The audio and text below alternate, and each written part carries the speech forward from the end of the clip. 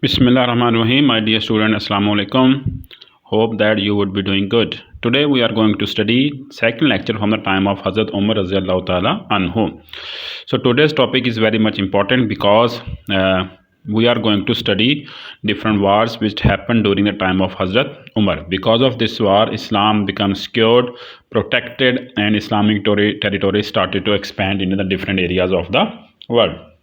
And the most importantly, Muslim fought wars against the superpowers of that time, Persians and the Roman. So first of all, we are going to study war against the Persians. Let's start studying the topic. Hazrat Umar actually he fought many battles against the Persian.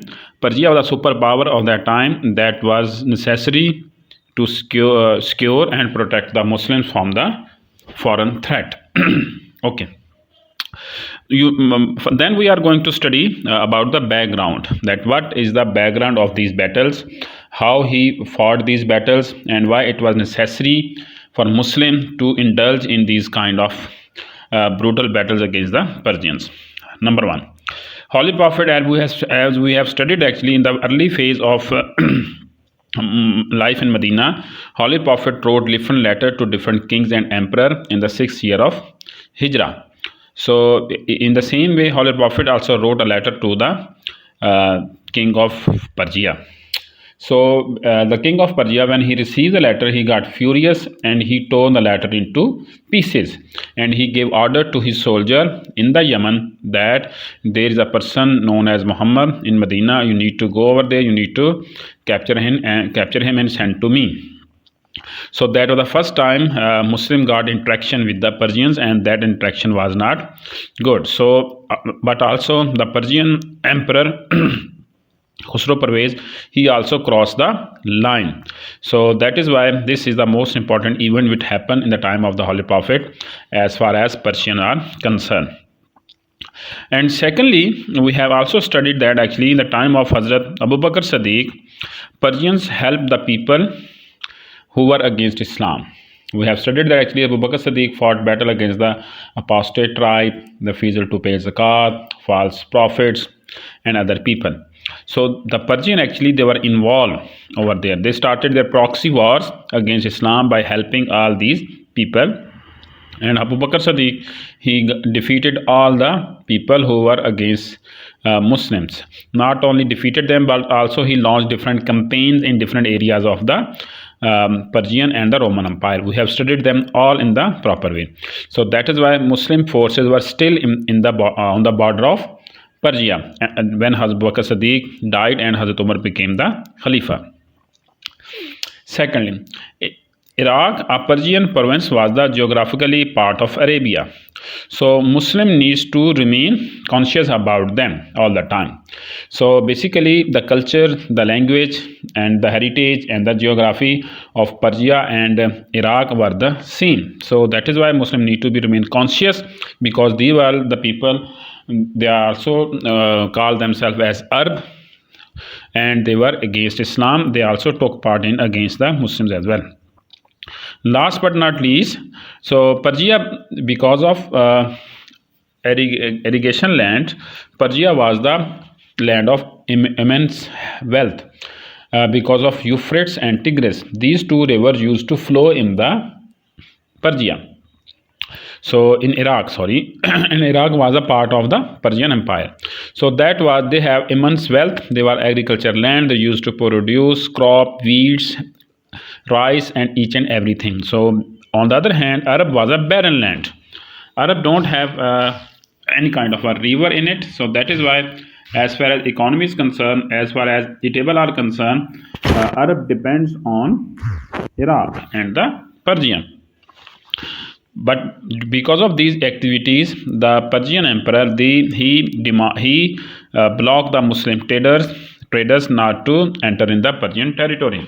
So that was a lifeline for the Muslim, the Persia. So it was necessary for the Muslim to fight against them, so that actually they might have the provisions of living all the time. So these are the backgrounds of the Persian wars. Now we are going to study about the first war which took place at the place of Namaraq. That battle is known as Battle of Namaraq. So we have studied that actually during the time of Abu Bakr Siddiq sent different soldiers and commanders in the different parts of the Persian Empire in order to conquer the threat, in order to defeat the people who are against Islam, who helped the apostate tribes, false prophets, rebel, and other activities. So because of this campaign, Hazrat Khalid bin Walid, when he conquered Hira, in the time of Hazrat Abu Bakr Siddiq, the Persian Empire, he got furious. He started to think that now Muslims are crossing line, they are going to enter in our territories, they are going to create a threat for us in the future. So that is why Persian king, he got furious. So Persian king, he sent his famous warrior, the bravest of the brave, Rustam, to fight against the Muslim. So Persian emperor thought that I need to destroy Islam and Muslims in a first blow. So that was the first official battle. That previous was little fights, skirmishes, but this was the first official battle which took place between Muslims and the Persians. So a huge army under the leadership of Rustam came in the battlefield. On the other hand, Khalid bin Walid, he left the Syria, and Musanna was alone in the Persian. So because Muslims were busy in the both front, in the Roman front and the Persian front at the same time, so Hazrat Umar actually wrote a letter to Khalid that you need to go to Syria, you are needed over there. On the other hand, Musanna was all alone, but Hazrat Umar actually, he has an eye on each and everything, whether what is going on in the region, in the area. So in order to help Hazrat Musanna, Hazrat Umar sent an army under the leadership of Hazrat Ubaid, so that actually Muslim might not lag with the soldiers, so they might defend themselves and they can destroy these people.